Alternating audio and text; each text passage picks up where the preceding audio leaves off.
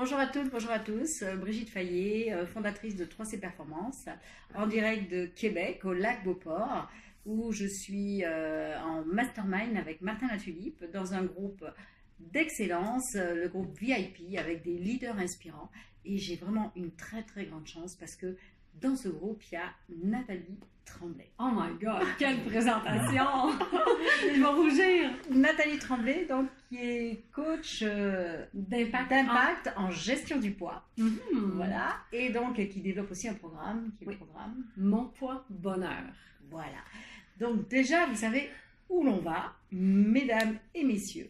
Donc, avec un beau voyage pendant cette interview avec Nathalie. Alors, Nathalie, aujourd'hui, tu travailles donc sur la perte de poids. Peux-tu nous dire ce qui t'a poussé donc à aller sur ce thème? Très bonne question, Brigitte. En fait, c'est un grand défi que j'ai eu moi-même à surmonter. Pendant 28 ans, j'ai eu des problèmes avec mon poids. Cette obsession des régimes-là s'est transformée en trouble de comportement alimentaire. J'ai souffert d'anorexie et de boulimie. Évidemment, j'avais un trouble d'image corporelle, tout ça. Puis, mais c'est comme ça, en fait, avec plein d'essais et d'erreurs, j'en suis venue à trouver un jour des solutions qui ont fonctionné pour moi.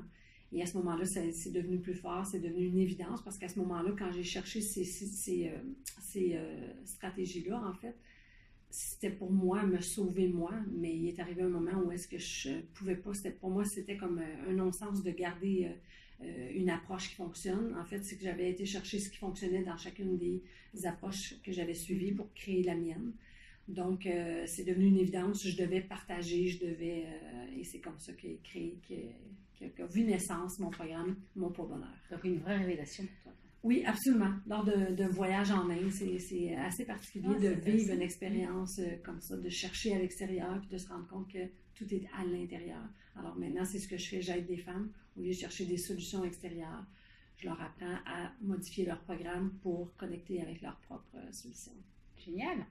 Alors, comment as-tu vécu la période où tu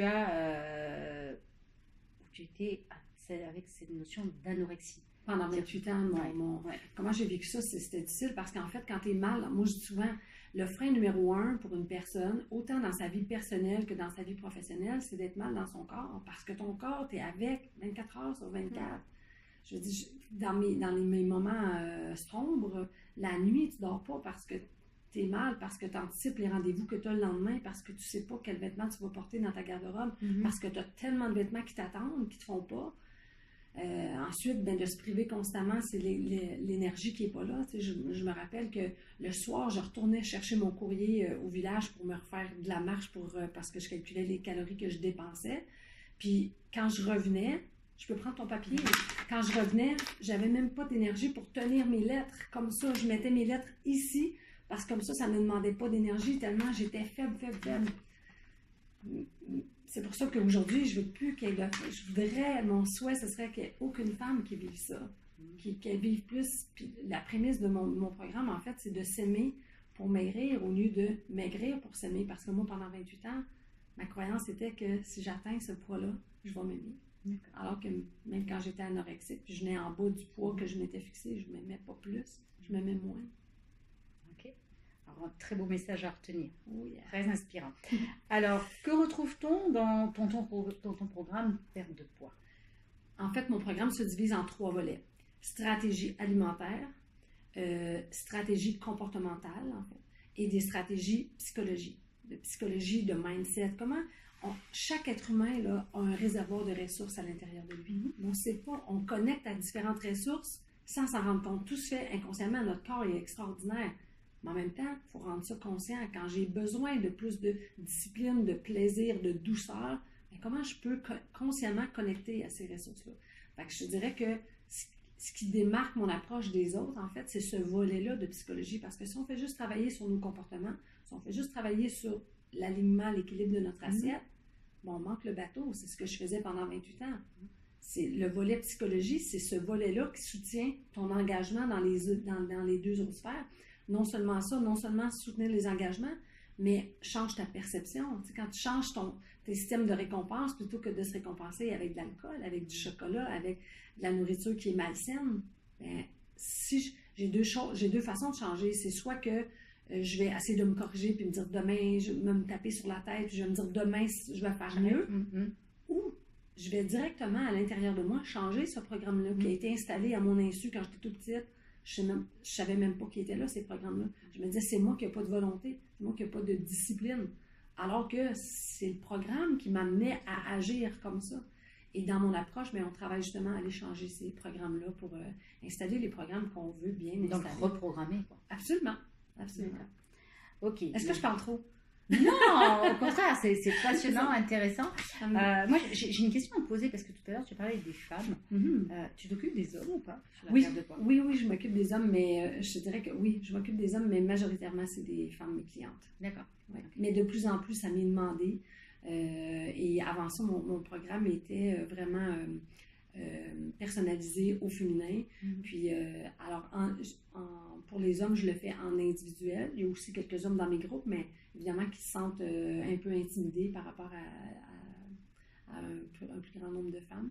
Mais je tente de faire en sorte que les hommes aient leur place parce qu'eux autres aussi, ça les touche. Puis eux autres aussi, ils ont envie d'être bien dans leur corps. Alors, je viens d'entendre quelque chose d'intéressant parce que tu dis les hommes, je les prends en individuel. Ça veut dire que dans ton programme, il y a un accompagnement collectif aussi. En fait, mon entreprise de coaching se divise en deux, en fait. Des programmes de groupe et du coaching aussi en individuel que je fais par Skype ou FaceTime ou maintenant Zoom avec des... maintenant, mes clients sont de partout en francophonie. Ça a vraiment ouvert sur un grand territoire. Super. Alors, quelle importance donnes-tu à ta présence au séminaire, à ce mastermind de Martin Latulippe? Parce que c'est la deuxième année oui, que absolument, absolument. Ce mastermind. Donc, quelle importance pour moi, c'est important ça me permet cet intensif-là, en fait, ça me permet de connecter vraiment avec ma mission. Parce que durant l'année, des fois, on est beaucoup comme dans les stratégies, on est beaucoup dans le tout doux, la technique, les nouveaux outils, il faut s'approprier ces nouveaux outils-là. Puis, parfois, on en perd son latin là, parce que ça devient complexe, ça devient lourd. Puis, on a comme l'impression qu'on s'éloigne de notre mission. Puis j'avais hâte justement de venir cette année parce que je me rappelais que l'année passée, je me rappelle justement ici, j'avais fait un live avec ma communauté. Puis j'avais plus pleuré que parlé. Tellement que les interventions de Martin m'avaient permis de connecter vraiment avec ce qui m'habite profondément. Aider les femmes à s'offrir la liberté qu'elles méritent. Et la légèreté qu'elle mérite. Bon, ben super, c'est cette magnifique mission voilà, que tu portes. On va venir, parce que tu as traversé, donc souvent c'est bien sûr quand on a traversé, je dirais, on est plus apte à pouvoir aussi comprendre ce qui se passe. Oui, puis le fait pour les clientes aussi, se sentir comprises, ça fait aussi ça fait vraiment toute la différence. Tout à fait. Alors, peux-tu nous parler de ton développement d'affaires sur les derniers mois? Oui. Mon développement d'affaires, j'essaie de simplifier le plus possible. Dans les 3 dernières années, j'ai voulu répondre à beaucoup de demandes. J'ai voulu dire oui à beaucoup de personnes. Je n'ai pas toujours respecté mes propres besoins à moi, d'avoir un bel équilibre. Puis j'ai eu l'impression aussi que ça m'avait comme... moi, je crois beaucoup qu'on se doit d'incarner sincèrement ce qu'on enseigne. Puis par moment, par le fait que je disais oui à beaucoup de demandes, ça m'a éloignée de ça. Puis je ne voulais pas qu'un fossé se creuse entre la coach motivatrice et Nathalie Tremblay, là, en fait. Puis donc dans les derniers mois, même dans les dernières semaines, je suis contente de faire, je me suis mieux entourée. J'ai vraiment une belle équipe maintenant auprès de moi qui ont ma mission tatouée sur leur cœur aussi. Puis on tente ensemble de simplifier notre approche pour avoir plus de plaisir, pour qu'on sente aussi, nous autres, plus de légèreté, plus de liberté. Tu sais, à un moment donné, j'ai eu tendance comme à m'éparpiller parce que ma grande volonté de contribuer puis d'aider, mais je pense qu'on peut autant contribuer puis autant aider, mais en ayant un modèle d'affaires qui va être plus simple. Et en prenant soin de toi aussi. Donc, et en prenant soin de moi. Ouais. Ton équilibre vie pro, vie perso. Oui, absolument. Ça fait partie aussi de tout ça. Ouais. Tu as tellement raison. Alors, penses-tu que les troubles du comportement alimentaire peuvent influencer la vie d'entreprise et la vie d'un chef d'entreprise? Absolument. Absolument. Absolument. T'as des Des choses concrètes? oui, Voilà. absolument. Si tu savais, parce que je fais aussi du coaching d'affaires. Mhm. Puis des gens qui sont venus, qui sont entrés par la porte coaching d'affaires pour leur entreprise. Et comment finalement on en est venu à travailler plus du coaching de vie, mais gestion de poids, pour aider ces personnes-là à prendre le plein pouvoir puis réaliser leurs rêves. Tu sais, moi, je dis souvent à mes clients qui viennent en coaching d'affaires, qui me disent je veux que mon entreprise génère tel montant annuellement. Puis ils me disent quelles sont les meilleures stratégies. Puis la première chose que je dis souvent, c'est pas ce que tu dois faire, mais c'est qui tu dois devenir. Puis pour devenir la personne que tu veux devenir, ben, tu dois respecter ton corps parce que ton corps, c'est ton moteur. C'est être aligné, quoi. C'est être aligné, c'est tout ça. Donc, mes clients en coaching d'affaires passent tous par mon programme Mon Poids Bonheur. Oui, mais c'est pertinent parce que quelque part, souvent, le chef d'entreprise, en France, on a tendance à dire il mange sur le pouce, il mange un peu n'importe quoi. On dit ça aussi. Donc, absolument. Puis j'ai pas le choix. Puis à un moment donné, il y a comme des excuses qui sont là. J'ai pas le choix. Je suis toujours dans des restaurants, je suis toujours dans les dîners d'affaires. Alors que c'est pas vrai. Puis dans mes stratégies alimentaires que j'enseigne, en fait, on est capable d'appliquer ces stratégies-là, qu'on soit à la maison, au travail, à l'extérieur, en voyage d'affaires, mais en voyage de tourisme aussi, on est capable de l'adapter. Donc, ça veut dire qu'il n'y a pas de contraintes, quoi. Il n'y a pas de contraintes, mais ce qui soutient ça, les stratégies alimentaires, les stratégies de comportement, ben c'est la psychologie derrière. Plutôt que d'avoir une philosophie, ben je suis à l'hôtel, je me reprendrai lundi, on fait plus ça. Donc, c'est aussi changer tout son système de croyances, la connexion à ses valeurs, tout ça. Absolument. On a le même langage. Alors, par rapport à tout ça, quelle est ton actualité dans les prochaines semaines ou pour 2019? Quelle est ton actualité? Donc, mon actualité par rapport à mon entreprise? Exactement. Ben, évidemment, on lance pas de nouveaux programmes. On lance des programmes qu'on avait déjà mis en place, mais qu'on va améliorer dans avec des choses en tout cas qu'on a appris là, ici, sans trop entrer dans les détails, mais pour mieux encadrer, pour limiter en fait. Parce que ce qui est irritant des fois, quand on organise des programmes comme ça, c'est le service à la clientèle, les gens se cherchent, tout ça.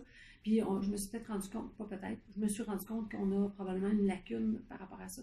Fait que c'est les mêmes programmes qu'on lance, mais on va les améliorer. On va les améliorer dans la livraison. Fait que donc c'est ça et on travaille sur j'ai 2 plans d'action. Un plan d'action, comment se libérer du sucre pour reprendre son pouvoir.